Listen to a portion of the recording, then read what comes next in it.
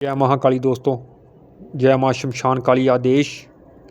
दोस्तों आज मैं आपको बताने जा रहा हूँ कि बहुत लोगों के मन में ये सवाल होता है। कईयों ने मुझे कमेंट किए थे कि गुरुजी हम सात्विक तरीके से महाकाली की पूजा करते हैं, सात्विक तरीके से मंत्र जाप करते हैं, उससे कि महाकाली की शक्ति हमें कब मिलेगी। दोस्तों ये सारी जानकारी देने जा रहा हूँ आपको मैं।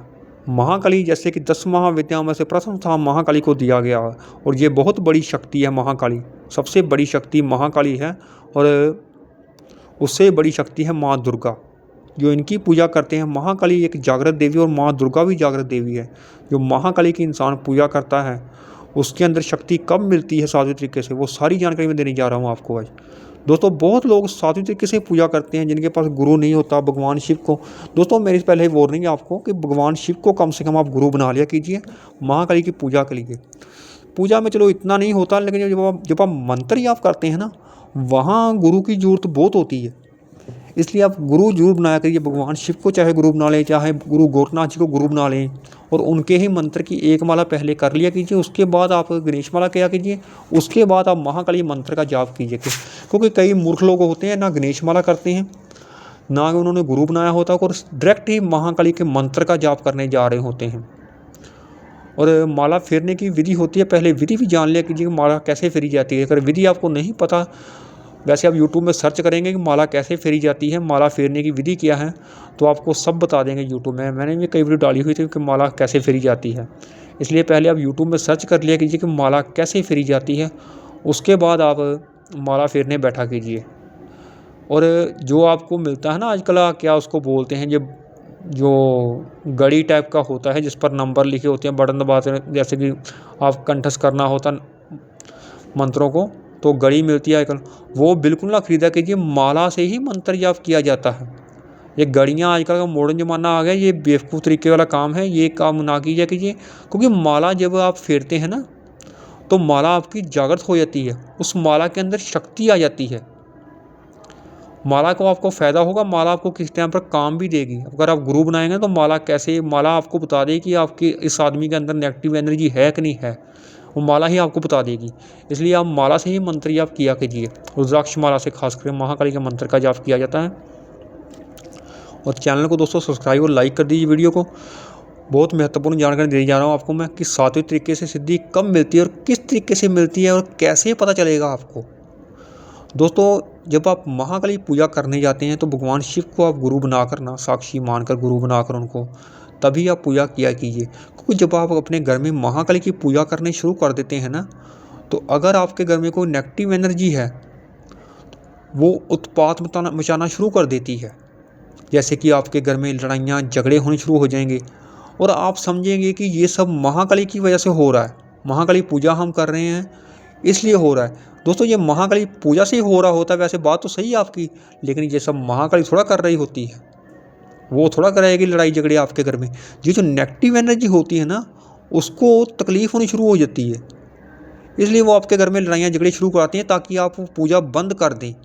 आपके दोस्तों दूर दूर तक जो नेगेटिव एनर्जी होती है ना, उसको भी तकलीफ होनी शुरू हो जाती है आपकी पूजा से। क्योंकि महाकाली बहुत बड़ी शक्ति है और एक तांत्रिक देवी है।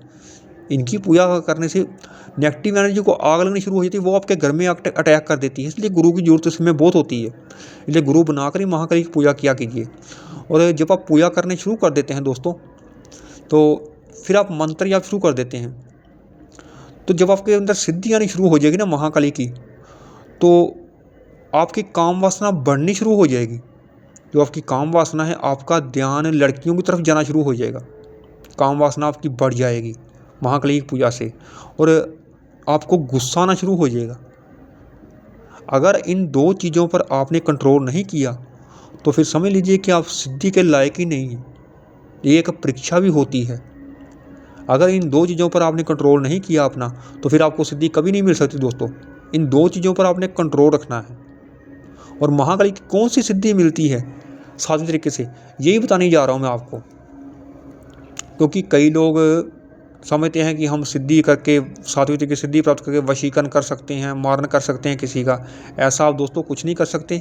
सिद्धि आपके अंदर वो आएगी कि आपका जो है ना, आपका जो ऑरा है वो बहुत मजबूत हो जाएगा और आपके ऊपर कोई नेगेटिव एनर्जी हावी नहीं हो सकती। कहीं भी आप शमशान में जाकर सो जाएंगे और आप किसी की नेगेटिव एनर्जी हटा सकते हैं।